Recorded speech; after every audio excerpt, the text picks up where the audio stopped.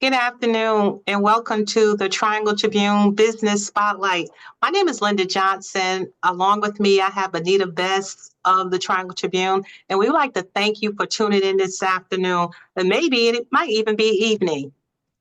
I'd like to share with you a little bit about who we are. The Charlotte Post Publishing Company is the leading African American publication serving the Charlotte Post and the Triangle Tribune newspaper, weekly newspapers serving Charlotte, Raleigh, Durham, Chapel Hill, and Cary, North Carolina. We are minority owned and operated, have served as a dominant force in educating, empowering, enlightening African American communities throughout 8-county coverage area, North Carolina, and upstate South Carolina since 1878. We've been a while for a while. We are a multimedia company. What does that mean? We do digital, events, newsletter, newspaper, e-edition, and print. Yes, there's still print papers, and we are distributing them each week. Social media, please like us on Facebook, X, Instagram, LinkedIn, YouTube, podcasts, and webinars such as this. We are award of excellent organization and known across the states. Today we have with us our business spotlight. And at this time here, I'm going to turn it over to Benita Best. Benita? Hello, everyone. We have two special guests with us tonight to talk about nonprofits in the age of Trump. And today there was a lot of news out today on Tuesday about some things that have happened, so this couldn't come at a better time. First person with us is Bettie Murchison. I told Bettie that no grass grows under her feet because she is everywhere. There's not too many people in the Triangle area, probably in North Carolina, that doesn't know Bettie Murchison.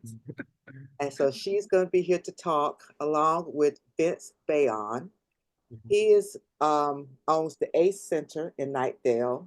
It's a wonderful event marketing place. You can have events. Our church had one of the first events there.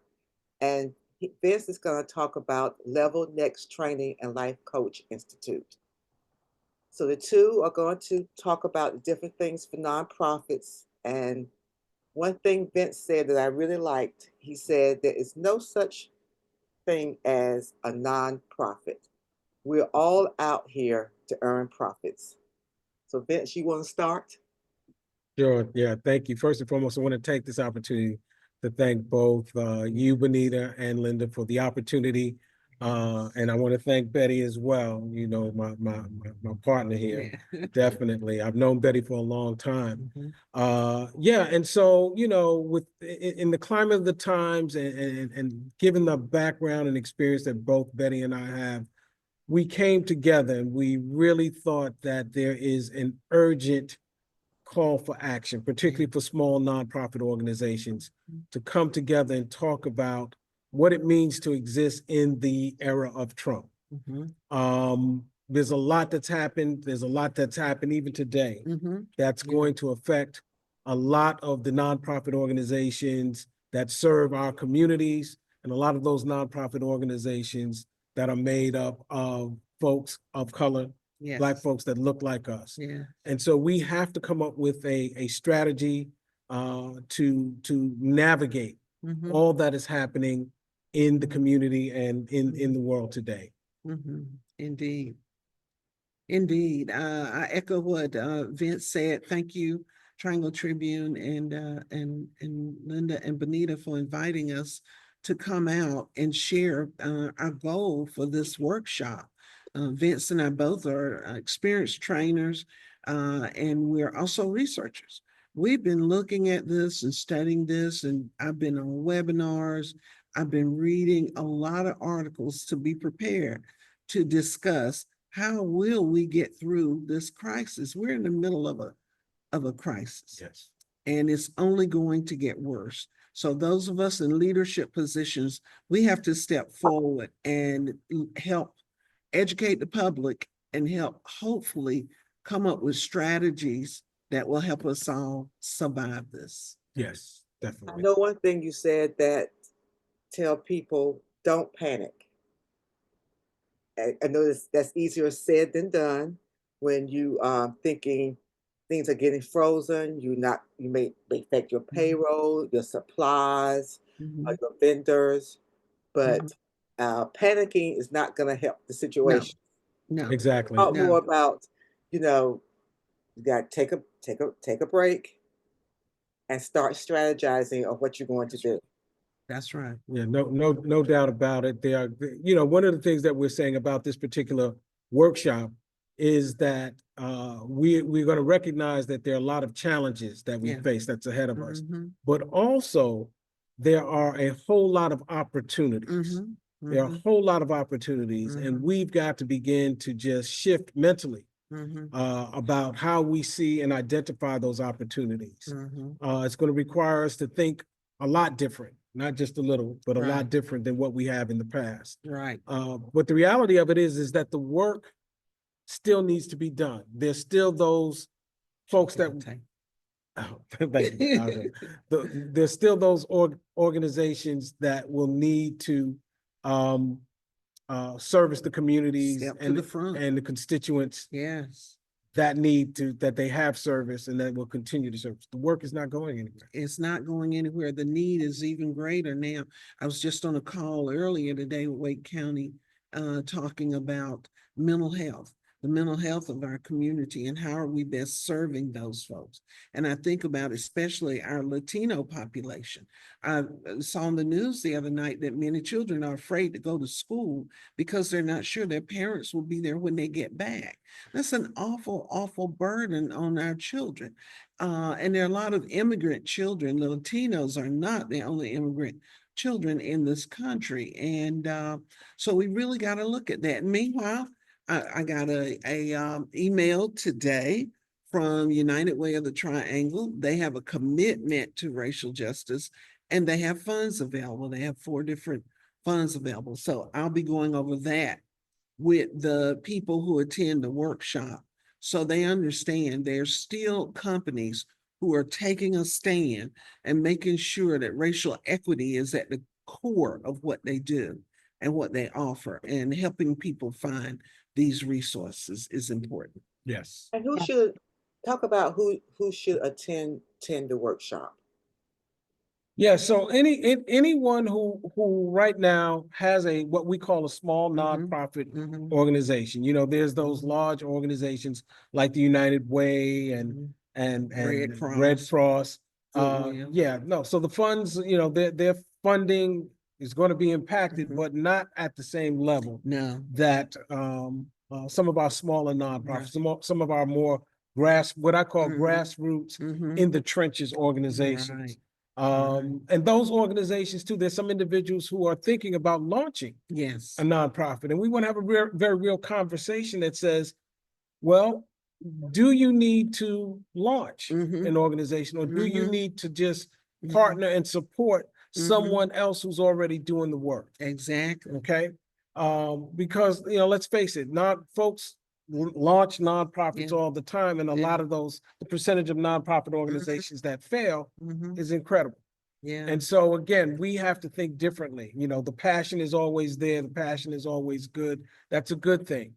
But sometimes it's about partnering And mergers. Yeah. People, nonprofits can do the same thing that for-profits do. We've seen recently several large for-profit grocery chains wanting to merge, but nonprofits can merge. If you serve a similar clientele, it may be that you're safer joining together rather than going separate. I've got one client who just recently did that. They merged with another smaller nonprofit.